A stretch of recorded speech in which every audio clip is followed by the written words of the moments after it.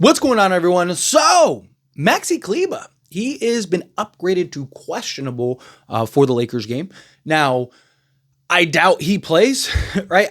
Questionable doesn't mean that he's actually going to play. Maybe he does. We'll see. Time will tell. Couple things about this, right?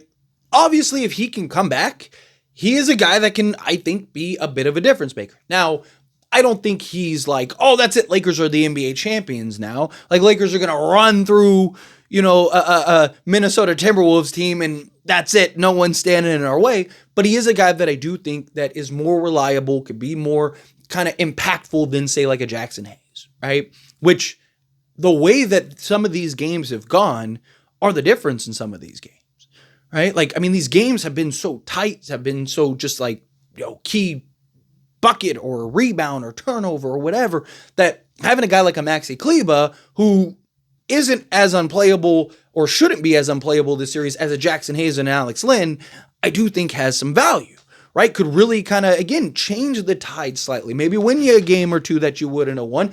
And when you're trying to come back 3-1 and you have to win 3 straight games, that could be the difference, right? Now, here's the thing though. Even if he is ready to go, let's say, boom, he's ready to go.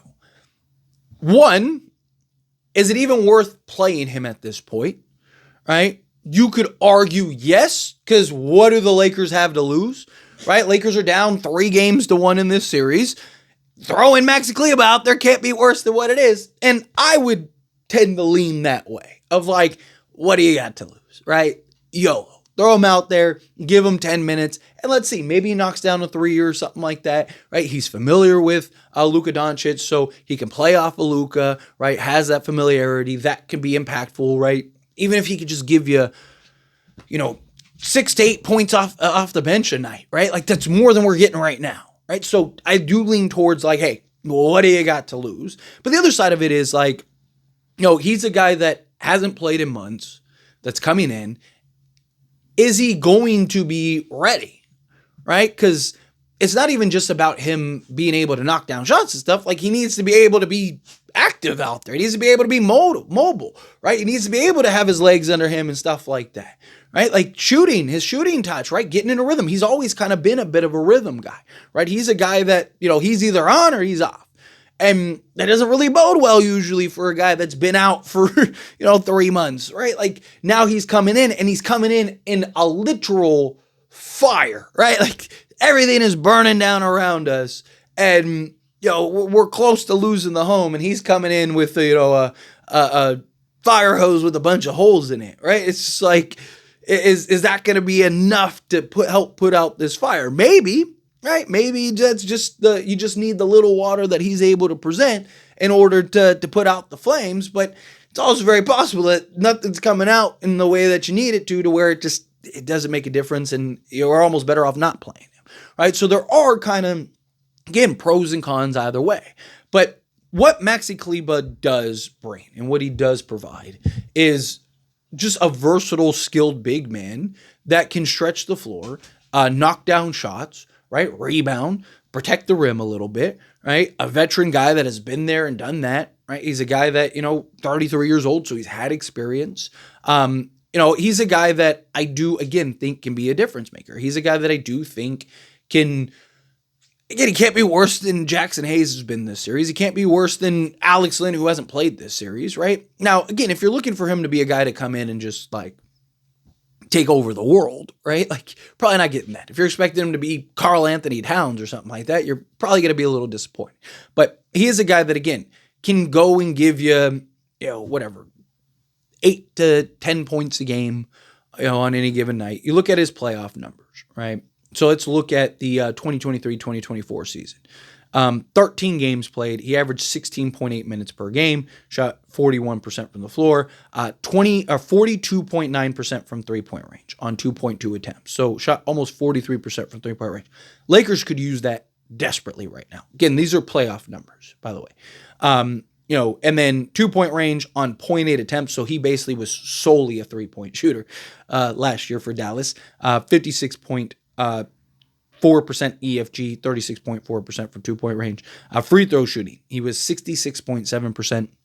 He is a career 71.7%.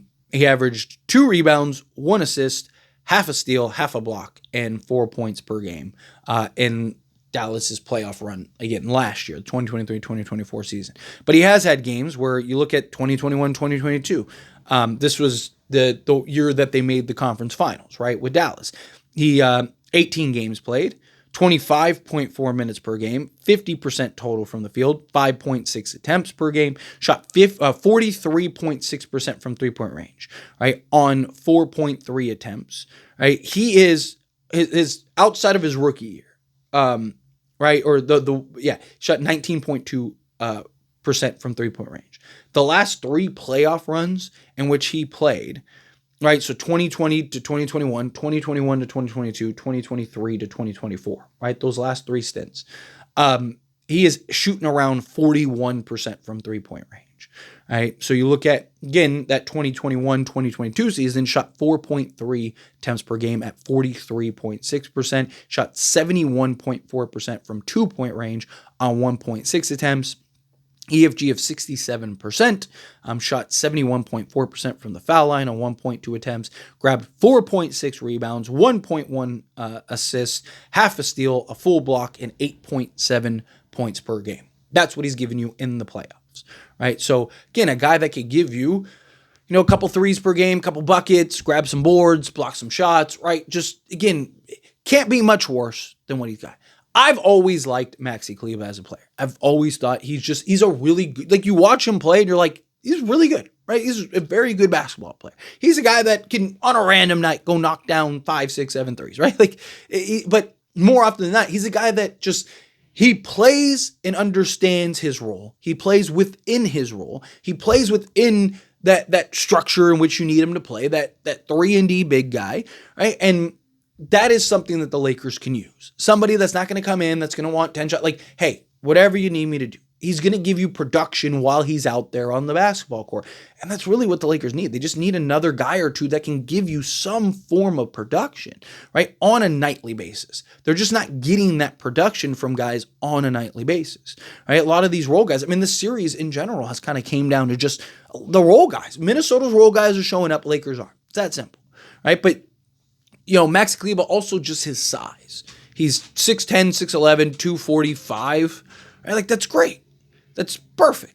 Right? Give you some size, give you some weight. Somebody, rather than Jackson Hayes, 220 soaking wet. Right? Give you some size, give you some strength. Not going to get as bullied and pushed around. Right? Can bang with the big boys. Give you some level of toughness. Knock down the open 3 ball. At least stretch the floor and make you have to challenge it. Right? So it kind of gives you that 5 wide, but with a 6'10", 6'11 guy. Right? Like, that's the difference, rather than us just going, the 5 wide and our tallest guy is LeBron at 6'9". Right? It would be nice to have a guy that you can count on and rely on in that area. But again, even if he is, let's say that he gets the green light to play, how much can we really count on him in this series?